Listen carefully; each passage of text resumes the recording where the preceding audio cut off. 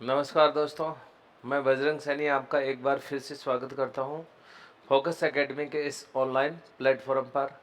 दोस्तों, आज अपन चालू करने वाले एक नया टॉपिक। नेक्स्ट टॉपिक अपना, जैसा कि आप देख रहे हैं, फोर्स यानी बल के बारे में पढ़ने वाले हैं आज। तो सबसे पहले आप समझेंगे कि बल की सामान्य जो परिभाषा है, नॉर्मल जो डेफिनेशन है, वो क्या होती है। तो देखिए, बल का मतलब होता है किसी वस्तु को खींचना या धक्का लगाना। क्या कहलाता है दोस्तों? बल कहलाता है। जैसे एग्जाम्पल, अपन किसी बस के धक्का लगाते हैं तो वो एक प्रकार से क्या कहलाएगा? वो बल कहलाता है। जैसे किसी रस्सी को पकड़ के अपन खींचते हैं तो वो क्या कहलाता है? वो बल कहलाता है। दोस्तों, आपको ध्यान रखना है, बल को अपन किसके द्वारा व्यक्त करते हैं? बल को एफ के द्वारा व्यक्त किया जाता है। और बल के जो खोज की थी सबसे पहले, वो किसने की थी? सर आइजक न्यूटन ने की थी। इस बल के बारे में पता लगाने वाला पहला जो आदमी था वो कौन था? सर आइजक न्यूटन था। तो सबसे पहले आपको ये समझना चाहिए कि इसकी खोज किस प्रकार से हुई थी। सर आइजक न्यूटन ने गुरुत्वीय बल के बारे में बताया था। दोस्तों, सबसे पहले कौन से बल के बारे में बताया था? गुरुत्वीय बल के बारे में बताया था। जब वो एक सेब के पेड़ के नीचे बैठे हुए थे तो सेब जब टूटकर नीचे की ओर गिरी तो न्यूटन ने दिमाग लगाया, अपने आप में एक विचार किया कि ये सेब नीचे की तरफ क्यों आई, इसको दूसरी तरफ जाने के लिए भी तो रास्ते थे, ऊपर भी तो जा सकती थी, नीचे की ओर पृथ्वी की ओर ही ये क्यों आ रही है। तो इस बात का रिसर्च करके न्यूटन ने बताया था कि पृथ्वी एक बड़े चुंबक की तरह व्यवहार करती है और सभी वस्तुओं को ये अपनी ओर खींचती है। तो पृथ्वी के द्वारा लगाए गए इस बल का नाम न्यूटन ने गुरुत्वीय बल रखा था। दोस्तों, क्या नाम रखा था? गुरुत्वीय बल रखा था। तो उसी के नाम के आधार पर इस बल का जो मात्रक था वो क्या रखा गया था? न्यूटन रखा गया था। तो आपको ध्यान में रखना है कि बल का जो मेजरमेंट किया जाता है, जिसका मापन किया जाता है, इसका जो मात्रक होता है वो क्या होता है? न्यूटन होता है। नेक्स्ट अगली बात समझना दोस्तों, जो फिजिकल जो राशियाँ होती हैं, यानी जो भौतिक राशियाँ होती हैं, वो दो टाइप की होती हैं। भौतिक राशियाँ कितने प्रकार की होती हैं? दो प्रकार की होती हैं। एक राशि होती है सदिश और दूसरी राशि कौन सी होती है? अदिश। एक राशि सदिश और दूसरी राशि कौन सी होती है? अदिश राशि होती है। सदिश राशियाँ वो होती हैं जिनमें परिमाण के साथ साथ दिशा का बोध हो, वो राशियाँ कौन सी होती हैं? सदिश राशियाँ होती हैं। और जिन राशियों में परिमाण के साथ दिशा का बोध नहीं हो, वो राशियाँ कौन सी होती हैं? अदिश राशियाँ होती हैं। यहाँ पे परिमाण के साथ दिशा का पता नहीं चलता है, परिमाण का पता चलता है पर दिशा का बोध नहीं होता है। वो राशियाँ कौन सी होती हैं? अदिश राशियाँ होती हैं। तो आपको यहाँ पे देखना है कि बल कैसी राशि होती है, बल को अपन कौन सी राशि मानेंगे। तो आपको ध्यान में रखना है, सदिश राशि के अंतर्गत विस्थापन आता है, सदिश राशि के अंतर्गत विस्थापन आता है, वेग आता है, त्वरण आता है, संवेग आता है, और क्या आता है? आवेग आता है, और बल। ये सारी कौन सी राशियां मानी जाती हैं? ये दोस्तों राशियां कौन सी होती हैं? सदिश होती हैं। इसी प्रकार से अदिश राशियां कौन कौन सी होती हैं? तो आपको ध्यान में रखना, दूरी, चाल, कार्य और जो ऊर्जा है। इसी प्रकार से दाब, शक्ति, ये सारी जो राशियां हैं वो कौन सी राशियों के अंतर्गत आती हैं? अदिश राशियों के अंतर्गत आती हैं। तो यहाँ पर आपको समझना है कि बल किस प्रकार की राशि है। तो आपको याद रखना, बल एक कैसी राशि है? सदिश राशि है। नेक्स्ट अगली बात आप समझेंगे यहाँ पे कि बल की जो परिभाषा है, डेफिनेशन है, सामान्य परिभाषा तो आपने पढ़ी होगी बचपन में। अभी मैंने बताया जैसा कि किसी वस्तु को खींचना या धक्का लगाना ही क्या कहलाता है? बल कहलाता है। अर्थात जो बल की डेफिनेशन है, बल की जो परिभाषा है वो क्या होगी? फुल एंड पस। किसी वस्तु को खींचना और धक्का लगाना, खींचना या फिर क्या करना? धक्का लगाना, क्या कहलाता है दोस्तों? बल कहलाता है। और इसका जो गणितीय मान होता है वो क्या होता है? वो होता है खींचना या धक्का लगाना, क्या कहलाता है? बल कहलाता है। अब जो बल होता है उसका गणितीय मान होता है m डॉट ए। बल का गणितीय मान क्या माना गया है दोस्तों? m dot A. यहाँ पर m बराबर होता है, आपको ध्यान में रखना, m बराबर वस्तु का क्या होता है? द्रव्यमान। जिस वस्तु पर अपन बल लगा रहे हैं, ताकत लगा रहे हैं, जिसको अपन खींच रहे हैं, जिसके ऊपर धक्का लगा रहे हैं, उसका द्रव्यमान क्या होगा, उसका वजन क्या है, वो इकाई किस में लिखी, उसको अपन क्या मानते हैं? उसको द्रव्यमान के रूप में लिखा जाता है। उसे उस वस्तु का वजन कहते हैं। उसका वेट क्या है, उसका वजन क्या है, उसको द्रव्यमान के द्वारा लिखा जाता है, जिसको m से व्यक्त करते हैं। m का मतलब दोस्तों होता है मास। और उसके ऊपर उत्पन्न जो त्वरण, उसके द्वारा उत्पन्न जो त्वरण है, उसको अपन किससे व्यक्त करेंगे? ए के द्वारा व्यक्त करेंगे। अर्थात दोस्तों आप कह सकते हैं कि बल का मतलब होता है द्रव्यमान और त्वरण के गुणनफल को क्या कहते हैं? बल कहते हैं। तो दोस्तों आपको याद रखना है, द्रव्यमान व त्वरण के गुणनफल को द्रव्यमान और त्वरण के गुणनफल को बल कहते हैं। बल कहते हैं। तो ये आपको ध्यान में रखना है दोस्तों। द्रव्यमान और त्वरण के गुणनफल को क्या कहते हैं? बल कहते हैं। नेक्स्ट अगली बात है दोस्तों, आपको इसका मात्रक, अभी मैंने बताया था कि इस त्वरण को, सॉरी, इस बल को मापने का कार्य सबसे पहले किसने किया था? सर आइजैक न्यूटन ने किया था। तो इसका मात्रक क्या होता है? न्यूटन होता है। और 1 न्यूटन का जो मान होता है वो क्या होता है दोस्तों? तो आगे अपन यही देखते हैं। देखिए, जैसा जो आप सूत्र देख रहे हैं, इसके द्वारा इसका मात्रक ज्ञात किया जाता है। यहाँ पर m क्या है दोस्तों? m इसका द्रव्यमान होता है। और द्रव्यमान को किस में मापा जाता है? किलोग्राम में। उसके आगे आप देख रहे हो, आगे वाली जो राशि है वो कौन सी राशि है? त्वरण है। एक्सीलरेशन कहते हैं त्वरण। और आप समझेंगे यहाँ पे कि त्वरण किसे कहते हैं। त्वरण का मतलब क्या है? यहाँ पे त्वरण का मतलब होता है v/t। अर्थात त्वरण का अर्थ होता है दोस्तों वेग में परिवर्तन की दर। वेग में परिवर्तन की दर को क्या कहा गया है? त्वरण कहा गया है। जब वेग में किसी प्रकार का चेंज होता है तो उस राशि के अंदर क्या उत्पन्न हो जाता है? त्वरण उत्पन्न हो जाता है। जैसे एग्जाम्पली, किसी पत्थर को किसी बड़ी ऊंचाई से, किसी बड़ी मंजिल से, बहुमंजिले मकान से अगर नीचे गिराया जाता है तो प्रारंभिक वेग उसका अलग होता है और अंतिम वेग उसका अलग होता है। तो उसके वेग में लगातार जो परिवर्तन आता है, तो वेग में परिवर्तन के कारण उसमें क्या उत्पन्न हो जाता है? त्वरण उत्पन्न हो जाता है। तो किसी निकाय तंत्र या किसी राशि के वेग में समय के साथ जो परिवर्तन होता है तो उसको क्या बोला जाता है दोस्तों? त्वरण बोला जाता है। और आप ध्यान रखेंगे, ये जो त्वरण है वो भी एक कैसी राशि होती है दोस्तों? वो भी एक कैसी राशि है? सदिश राशि होती है। त्वरण भी कैसी राशि होती है? सदिश राशि होती है। इस त्वरण का जो मात्रक है वो क्या होता है? यहाँ पर मैंने इसका फार्मूला, जो सूत्र लिखा, जो डेफिनेशन अभी आपने सुनी थी कि वेग में परिवर्तन की दर को क्या कहते हैं? त्वरण कहते हैं। तो वेग में परिवर्तन की दर, वेग बदलने में कितना समय लगा, तो v/t लिखा है यहाँ पे। यहाँ आप इसका मात्रक देखेंगे तो मात्रक सूत्र के अनुसार क्या आएगा? वेग का मात्रक होता है, वेग का मतलब दोस्तों वेग या चाल। चाल एक अदिश राशि होती है, लेकिन वेग क्या होता है? एक सदिश राशि होती है। लेकिन चाल का जो मात्रक होता है वही मात्रक किसका होगा? वेग का मात्रक होता है। चाल का मतलब होता है दूरी बटा समय। तो वेग बराबर भी दूरी बटा समय, और वेग का मात्रक होगा यहाँ पे मीटर प्रति सेकंड, मीटर बटा सेकंड। तो ये तो किसका मात्रक आ गया? ये तो आ गया दोस्तों किसका? वेग का मात्रक। और नीचे त्वरण का मात्रक लिखेंगे तो वेग के मात्रक के बटे के अंदर, वेग के बटे के अंदर टी एक बार फिर से है, तो टी का मतलब टाइम, टाइम को एक बार और लेंगे यहाँ पे, तो एक बार सेकंड और लिखा जाएगा। तो इसका मात्रक आ जाएगा आपके सामने, क्या आएगा? मीटर प्रति second square. Second into second क्या आ जाएगा? Second square. तो आपको ध्यान रखना है कि त्वरण का मात्रक होता है दोस्तों मीटर प्रति सेकंड स्क्वायर। और ध्यान रखना कि त्वरण भी एक ऐसी राशि होती है, एक सदिश राशि होती है। इस त्वरण के बारे में भी बहुत बार प्रश्न आ जाता है। आपको ये भी ध्यान रखना है कि त्वरण, देखिए, इस त्वरण का मान अलग अलग हो सकता है। त्वरण धनात्मक भी हो सकता है और त्वरण ऋणात्मक भी हो सकता है।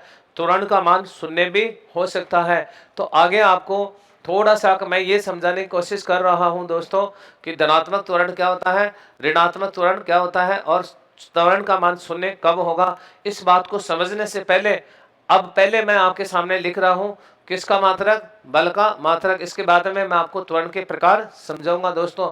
तो अब आप देखेंगे यहाँ पे इस बल का जो मात्रक होता है वो क्या होगा। बल का आप सूत्र देख रहे हैं, एम डॉट है। एम का मतलब होता है मास, मास का मतलब होता है द्रव्यमान, और द्रव्यमान को आप किस में मापेंगे, तो द्रव्यमान को अपन मापेंगे किलोग्राम के अंदर। और उसके आगे आप देख रहे हैं क्या आ रहा है, त्वरण आ रहा है। और त्वरण का मात्रक अभी आपने निकाला था, क्या होता है, मीटर प्रति सेकंड स्क्वायर होता है। तो दोस्तों ये किसका मात्रक आ गया, यहाँ पे ये मात्रक आ गया बल का। तो बल का मात्रक आपके सामने क्या आएगा, किलोग्राम इंटू मीटर प्रति सेकंड स्क्वायर। और इसी के बराबर न्यूटन ने इसका मान कितना माना था अपने नाम के आधार पे, इसी को क्या बताया था, 1 न्यूटन। तो न्यूटन ने इसका मापन किया था सबसे पहले, तो इस वाली इकाई को, इस वाले मान को उसने 1 न्यूटन के बराबर कहा था। तो अपन शॉर्टली ये कह सकते हैं कि बल का जो मात्रक होता है वो क्या होता है, न्यूटन होता है। इसके बराबर 1 न्यूटन होता है, तो आप इसका मान 1 न्यूटन कहेंगे। तो सीधा सीधा आप ये भी कह सकते हैं कि बल का मात्रक क्या होता है दोस्तों, न्यूटन होता है। तो बहुत बार जब परीक्षाओं में ये पूछता है कि बल का मात्रक क्या होता है, तो वहां पर ऑप्शन में ये वाला मात्रक कम मिलता है और आपको ये वाला मात्रक ज्यादा दिया जाता है। तो आपको याद रखना है बल का मात्रक क्या होता है, न्यूटन होता है, क्योंकि न्यूटन ने इसको सबसे पहले मापने का काम किया था। तो इसके मात्रक को उसने अपने नाम के आधार पर लिखा था। और 1 न्यूटन के बराबर कितना मान होता है, किलोग्राम इंटू मीटर प्रति सेकंड स्क्वायर, अर्थात 1 किलोग्राम द्रव्यमान का कोई पिंड है, 1 किलोग्राम द्रव्यमान का कोई पिंड है और उसके ऊपर अगर 1 मीटर प्रति सेकंड स्क्वायर का त्वरण उत्पन्न हो जाए तो उसके बल का मान होता है दोस्तों कितना, 1 न्यूटन। तो आप सरल सरल शब्दों में याद रखेंगे कि बल का मात्रक क्या माना गया है, न्यूटन। और दोस्तों आपको याद रखना है कि जो मात्रक पद्धतियां हैं, कौन सी पद्धतियां, मात्रक पद्धति, तो वो मात्रक पद्धतियां 3 प्रकार की होती हैं। भौतिक राशियों को मापने की जो पद्धतियां हैं वो कितने प्रकार की होती हैं, 3 प्रकार की। एक तो MKS पद्धति, और एक होती है CGS पद्धति, और एक दोस्तों होती है FPS पद्धति। तो मैं आगे आपको समझा रहा हूं कि मात्रक पद्धतियां कितने प्रकार की होती हैं, 3 प्रकार की होती हैं। और इन्हीं 3 पद्धतियों में बल का मात्रक भी लिखा जाता है। कई बार आपको MKS पद्धति में इसका मात्रक पूछा जाता है, कई बार आपको हो सकता है कि CGS में इसका मात्रक पूछे, या हो सकता है आपको FPS में भी इसका मात्रक पूछा जा सकता है। तो सबसे पहले आप ये समझेंगे कि MKS पद्धति होती क्या है। MKS का अर्थ क्या होता है, यहाँ पे M का मतलब होता है दोस्तों मीटर, और K का मतलब होता है किलोग्राम, और S का मतलब होता है सेकंड। तो M का मतलब होता है मीटर, और K का मतलब होता है किलोग्राम, और S का मतलब दोस्तों क्या होता है, सेकंड। कहने का मेरा मतलब ये है कि अगर आप किसी लंबाई का मेजरमेंट कर रहे हैं, लंबाई का मापन कर रहे हैं, तो लंबाई को यहाँ पे इस पद्धति के अंदर मीटर में मापेंगे। अगर वजन है तो वजन का मापन आप किस में करेंगे, किलोग्राम में। अगर समय है तो उसका मापन सेकंड में किया जाएगा। और इस प्रकार से अगर आप माप रहे हैं तो वो पद्धति कौन सी मानी जाएगी, MKS पद्धति मानी जाएगी। नेक्स्ट नीचे वाली पद्धति है दोस्तों दूसरी पद्धति, जिसका नाम आप देख रहे हैं CGS। CGS का अर्थ होता है, C का मतलब होता है सेंटीमीटर, और G का मतलब होता है ग्राम, और S का मतलब होता है सेकंड। तो यहाँ पर आपने लंबाई को मापा था मीटर में, लेकिन यहाँ पर लंबाई किस में मापी जा रही है, सेंटीमीटर में मापी जा रही है। और वजन को दोस्तों किस में माप रहे हैं, वजन को दोस्तों माप रहे हैं ग्राम में। और समय को किस में माप रहे हैं, सेकंड के अंदर मापा जाता है। समय मापा जाता है सेकंड में, और लंबाई मापी जाती है सेंटीमीटर में, वजन मापा जाता है ग्राम में। तो ये वाली पद्धति कौन सी कहलाती है, CGS पद्धति। और नीचे जो आप देख रहे हैं FPS, इसके अंदर भी लंबाई MKS में आपने मापी थी मीटर में, CGS में लंबाई का मापन किया आपने सेंटीमीटर में, और अब अपन इस लंबाई को FPS पद्धति में माप रहे हैं। लंबाई को किस में माप रहे हैं दोस्तों, फीट के अंदर। F का अर्थ यहाँ है फीट, तो लंबाई यहाँ पे फीट में मापी जा रही है। और P का मतलब वजन, वजन यहाँ पे किलोग्राम में। नीचे किस में माप रहे थे, ग्राम में, लेकिन यहाँ आकर उस वजन को आप किस में माप रहे हैं, पौंड के अंदर तो पी का मतलब होता है पौंड और एस का मतलब होता है समय। समय का मापन सेकंड के रूप में किया जाता है। तो ये मापने की कितनी पद्धतियां हैं दोस्तों? 3 प्रकार की पद्धतियां हैं, एमकेएस, सीजीएस और एफपीएस पद्धति। तो आपसे पूछा जाए कि एमकेएस पद्धति के अंदर बल का मात्रक क्या है, तो आप देख रहे हैं यहाँ पे कि एमकेएस पद्धति के अंदर जब आप बल का मात्रक निकालेंगे तो देखिए एमकेएस में वजन को आप किसे मापेंगे? किलोग्राम में, और लंबाई को किसे मापेंगे? मीटर में, और समय को किसे मापेंगे? सेकंड में। तो ये एमकेएस पद्धति का मात्रक है किलोग्राम इंटू मीटर प्रति सेकंड स्क्वायर, और इसके बराबर दोस्तों क्या माना गया है? 1 न्यूटन माना गया है। तो एमकेएस पद्धति में बल का मात्रक आप कह सकते हैं, एमकेएस पद्धति में बल का मात्रक क्या होता है? न्यूटन होता है, जो मैं यहाँ पे लिख रहा हूँ। एमकेएस पद्धति में बल का मात्रक क्या होगा? न्यूटन होगा, क्योंकि 1 न्यूटन के बराबर ये मान माना गया है। दूसरी पद्धति होती है सीजीएस, और सीजीएस में बल का मात्रक होता है डाइन। बल का मात्रक क्या होता है दोस्तों? डाइन होता है। तो आपको शॉर्टली याद रखना है कि जब भी आपको सीजीएस पद्धति में बल का मात्रक पूछेगा तो कौन सा मात्रक हो जाएगा? डाइन हो जाएगा। और आपको याद रखना है, कई बार पूछता है कि 1 न्यूटन में कितना डाइन होता है, तो आपको याद रखना 1 न्यूटन बराबर 10 की घात 5 डाइन माने जाते हैं। ये बात भी दोस्तों कई बार पूछी जा चुकी है, तो आपको इसको भी बहुत अच्छे से याद रखना है। 1 न्यूटन बराबर 10 की घात 5 डाइन होते हैं।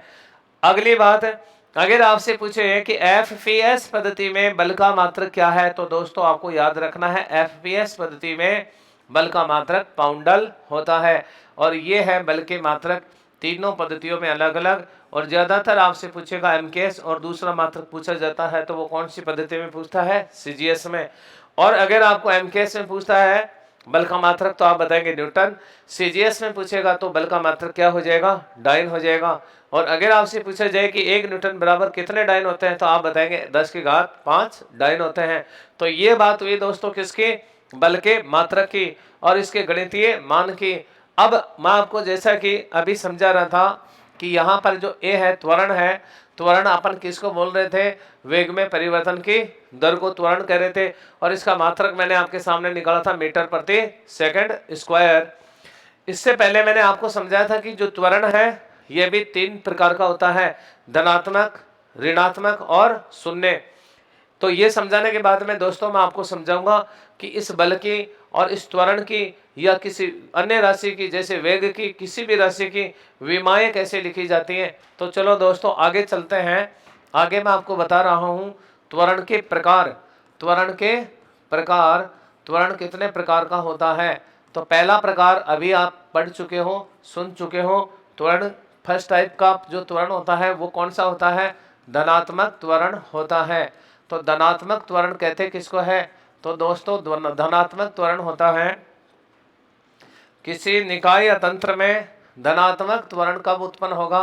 तो धनात्मक त्वरण का मतलब होता है कि जब किसी पिंड का प्रारंभिक वेग ज्यादा हो, प्रारंभिक वेग क्या हो? ज्यादा हो, और अंतिम वेग कम हो। प्रारंभिक वेग ज्यादा और अंतिम वेग कम।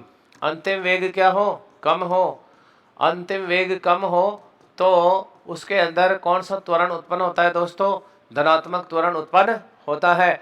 और आपको याद रखना है प्रारंभिक वेग को v से व्यक्त किया जाता है और अंतिम वेग को u के द्वारा व्यक्त करते हैं।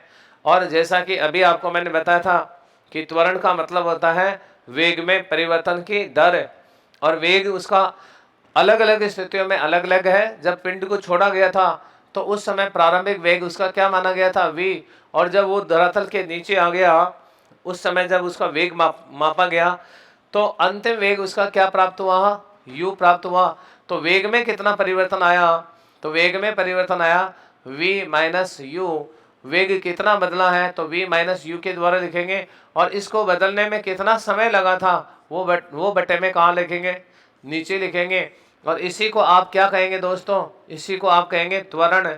और जब इस प्रकार से आप इसको दर्शा रहे हैं, प्रारंभिक वेग अगर ज्यादा आ रहा है और अंतिम वेग कम आ रहा है, तो वो त्वरण कौन सी कैटेगरी में आएगा? धनात्मक श्रेणी में आएगा, धनात्मक त्वरण कहेंगे। जैसे एग्जाम्पल आपसे कहें कि एक पिंड को जब किसी ऊंचाई से छोड़ा गया तो उसका प्रारंभ में वेग 50 मीटर प्रति सेकंड था, 50 मीटर प्रति सेकंड था। उसका प्रारंभिक वेग v का मान कितना था? 50 मीटर प्रति सेकंड। और जब वो लुढ़क कर नीचे आया तो उस समय उसका वेग कितना घटकर कितना हो गया? 20 मीटर प्रति सेकंड हो गया। तो दोस्तों अब आपको समझना है कि इसके वेग में कितना परिवर्तन आया।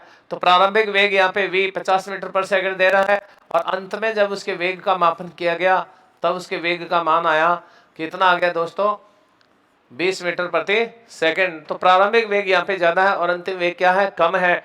तो इसको जब निकालेंगे, त्वरण को जब निकालेंगे तो v में से u निकालेंगे तो v का मान 50 है और u का मान 20 है। 50 माइनस 20 बटा टी। इसको बदलने में कितना समय लगा? जैसे मान लीजिए इसको बदलने में 10 सेकंड का समय अगर मान लीजिए आपको दिया गया है तो बटे में कितना आ जाएगा?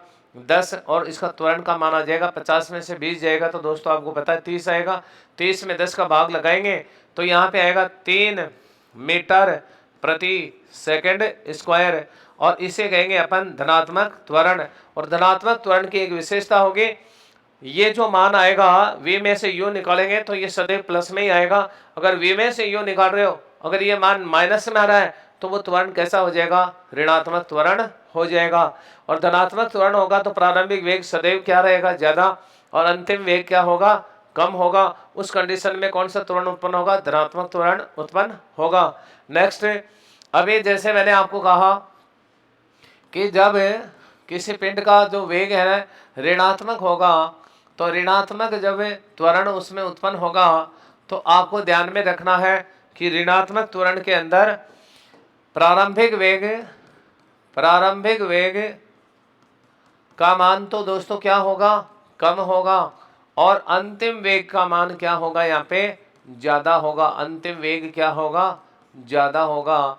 जैसे एग्जाम्पल मैं आपको जैसे समझा रहा हूं कि एक पेड़ से जब एक फल टूटकर नीचे गिरा तो उस समय उसका प्रारंभिक वेग आपको दिया गया कि 10 मीटर प्रति सेकंड था। उसका प्रारंभिक वेग कितना था? 10 मीटर प्रति सेकंड। जब फल पेड़ से टूटा और जैसे ही वो नीचे की ओर आ रहा था उस समय उसका वेग कितना था? 10 मीटर प्रति सेकंड। और जैसे ही वो फल टूटकर धरातल के नजदीक आया और उस समय जब उसके वेग का मापन किया गया, u का मापन किया गया, तो वो वेग अब बढ़कर 20 मीटर प्रति सेकंड हो चुका था। कितना हो चुका था दोस्तों? 20 मीटर प्रति सेकंड हो चुका था। ये उसका कौन सा वेग है? अंतिम वेग है। और इसको धरातल से पेड़ को, इस फल को पेड़ से टूटकर धरातल तक आने में अगर आपको कहा गया कि कुल मिलाकर 2 सेकंड का समय लग रहा है तो बताइए इस फल का जो त्वरण है, इसमें जो उत्पन्न त्वरण का मान है वो मान कितना होगा और वो त्वरण किस प्रकार का उत्पन्न होगा? तो यहाँ पे आप देखेंगे त्वरण का मान निकालेंगे। अगर a का मान निकालेंगे तो a बराबर सूत्र होता है प्रारंभिक वेग माइनस अंतिम वेग, v माइनस u, और बटे में दोस्तों क्या आएगा? t आएगा। और इसमें अगर अपन मान रखेंगे तो v का मान कितना दे रखा है? 10, और u का मान कितना दे रखा है? 20, और बटे में t। कितना समय लगा इसको बदलने में? तो आपको दिया गया 2 सेकंड, और बटा आएगा 2। अब यहाँ पर आप देख रहे हैं कि 10 में से कितना निकालना है? 10 में से आपको 20 को लेस करना है दोस्तों। 10 में से कितना लेस करना है? 20 को लेस करना है। तो ये मान किस में आएगा? ये मान आएगा दोस्तों माइनस में। तो a बराबर आएगा -10/2, और बराबर आपके सामने आएगा -5। तो -5 मीटर प्रति सेकंड स्क्वायर। तो ये वाला जो त्वरण है दोस्तों आप देख रहे हैं, ये त्वरण किस प्रकार का है? ऋणात्मक त्वरण होगा। तो आप देख रहे हैं ऋणात्मक त्वरण कब उत्पन्न होगा? जब प्रारंभिक वेग का मान कम और अंतिम वेग का मान ज्यादा होगा। उस कंडीशन में उस निकाय या पिंड में कौन सा त्वरण उत्पन्न होगा? ऋणात्मक त्वरण उत्पन्न होगा। और इससे पहले आपने देखा था कि जब प्रारंभिक वेग ज्यादा हो और अंतिम वेग कम हो उस कंडीशन में धनात्मक त्वरण उत्पन्न होता है। जैसे एग्जाम्पल, धनात्मक त्वरण कब उत्पन्न होता है? जैसे बंदूक से जब गोली को दागते हैं दोस्तों, तो बंदूक से जब गोली निकलती है उस समय उसका वेग ज्यादा रहता है, और जब वो एक रास्ता तय करके एक ऊंचाई तक जाकर के जब गिरती है उस समय उसका वेग प्रारंभिक वेग की तुलना में क्या हो जाता है, कम हो जाता है, और उस समय उसमें कौन सा त्वरण उत्पन्न होगा, धनात्मक त्वरण उत्पन्न होगा। इसी प्रकार से अगर दोस्तों देखा जाए किसी ऊंची बिल्डिंग से अगर किसी पत्थर को डाला जाए तो प्रारंभ में उसका वेग कम होगा, लेकिन जैसे वो धरातल के नजदीक आएगी तो उसका वेग धीरे धीरे क्या होता जाएगा, बढ़ता जाएगा। तो प्रारंभिक वेग कम और अंतिम वेग उस स्थिति में क्या हो जाएगा, ज्यादा हो जाएगा, और उसके अंदर कौन सा त्वरण उत्पन्न होगा, आपको ध्यान में रखना, ऋणात्मक त्वरण उत्पन्न होता है। तो कुल मिलाकर के त्वरण कितने टाइप के हुए, दो टाइप के, धनात्मक ऋणात्मक। और अभी आपको मैंने और बताया था कि त्वरण और कौन सा होता है, तो त्वरण शून्य भी हो सकता है। त्वरण का मान क्या हो सकता है, शून्य भी हो सकता है। त्वरण का मान कौन सी स्थिति में शून्य होता है, तो ये आपको देखना है। जैसे मान लीजिए मैंने अभी आपको अलग अलग एग्जांपल्स के द्वारा बताया, समझाया कि धनात्मक कब उत्पन्न होगा, ऋणात्मक कब होगा, ऐसे ही शून्य त्वरण कब होगा, ए का मान शून्य कब होगा। तो आपको पता है दोस्तों कि ए बराबर जब सूत्र लिखते हैं तो वी में से क्या लेस करेंगे, यू को, और बटे में क्या लगाएंगे, टी। तो ए बराबर शून्य कौन सी स्थिति में आएगा, कि जब उसका प्रारंभिक वेग और अंतिम वेग दोनों क्या रहे दोस्तों, समान रहे। यानी प्रारंभिक वेग जितना उतना ही वेग कौन सा रहे, अंतिम वेग रहे, उस वेग में कोई चेंज नहीं आए। तो कहने का मतलब ए का मान क्या आ जाएगा, शून्य आ जाएगा। जैसे एग्जांपल मान लीजिए एक सड़क पर, एक सीधी सड़क पर एक बाइक सवार 70 किलोमीटर प्रति घंटे की रफ्तार से चल रहा है, और जब उसको प्रारंभ में मापा गया उसके वेग को, उसकी चाल को, कहने का वेग को, स्पीड को, तो वो 70 किलोमीटर प्रति घंटे की रफ्तार से चल रहा था। और उसके 10 सेकंड के बाद में या सॉरी आप मान लीजिए 1 घंटे के बाद में अगर उसके वेग को मापें और वो एक सीधी सड़क पर चल रहा है, तो उसकी स्पीड को, चाल को अगर वापस आप मापन कर रहे हैं, 1 घंटे के बाद उसका वापस मापन कर रहे हैं, तो अब भी उसकी स्पीड है ना 70 किलोमीटर प्रति घंटा ही चल रही है। तो ये कौन सा वेग हो जाएगा, अंतिम वेग हो जाएगा। अब जब प्रारंभिक वेग और अंतिम वेग दोनों अगर उसके समान हैं, तो 70 में से जब 70 को लेस करेंगे, मान को याद रखेंगे, 70 में से जब 70 लेस करेंगे तो 70 में से 70 जाएगा, तो मान क्या हो जाएगा दोस्तों, 0 हो जाएगा, 0 बटा टी। यानी 0 में जब टी का भाग लगाएंगे तो वो मान भी क्या आएगा, शून्य आएगा। तो आप यहाँ देख रहे हैं कि ए का मान क्या हो जाएगा, शून्य हो जाएगा। तो आपको ध्यान ये रखना है कि जब वेग में किसी प्रकार का चेंज नहीं हो, वेग न तो कम हो और न ज्यादा हो, वेग बिल्कुल क्या रहे, स्थिर रहे, तो उस समय उसके अंदर कौन सा त्वरण उत्पन्न होता है, शून्य त्वरण उत्पन्न होता है। जैसे एग्जांपल मान लीजिए किसी पत्थर को ऊंचाई पर से अपन गिरा रहे हैं, लेकिन उसका प्रारंभिक वेग जितना है उतना ही वेग अंतिम रहे। दोनों स्थितियों में अगर वेग समान आ जाए तो उस समय उसमें कौन सा त्वरण उत्पन्न माना जाएगा, शून्य त्वरण उत्पन्न होगा। लेकिन गुरुत्वीय बल के प्रभाव में कोई वस्तु आती है तो उसका त्वरण शून्य कभी भी नहीं होता है दोस्तों। शून्य त्वरण कब होता है, जैसा मैंने अभी आपको एग्जांपल दिया है, या तो कोई पिंड या कोई वस्तु या कोई निकाय या तंत्र किसी सीधे मार्ग पर गति करता है। जैसे मैंने बाइक का वाला एग्जांपल आपके सामने दिया है कि कोई बाइक सवार मान लीजिए 500 मीटर की दूरी को एक सड़क पर तय करता है किसी साधन, कार, बस, ट्रक के द्वारा या बाइक के द्वारा, और उसकी स्पीड, चाल प्रत्येक क्षण समान रहे।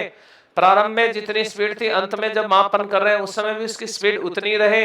एक समान गति से अगर वो चल रहा है, उसके वेग में किसी प्रकार का परिवर्तन नहीं आ रहा है, तो इसका मतलब उसका त्वरण क्या चल रहा है, शून्य चल रहा है। तो आप समझेंगे यहाँ पे कि त्वरण का मान धनात्मक भी हो सकता है और त्वरण का मान ऋणात्मक भी हो सकता है, और त्वरण का मान क्या हो सकता है दोस्तों, शून्य भी हो सकता है। अब दोस्तों इसके बाद में अपन देखने वाले हैं, जैसा कि अभी आपको मैंने समझाया था कि जो बल होता है उसका मात्रक क्या है, उसकी परिभाषा क्या है, उसका अब उसके बाद में आपको मैंने बताया था उसके आगे अपन पढ़ेंगे क्या, बताओ, विमा पढ़ेंगे।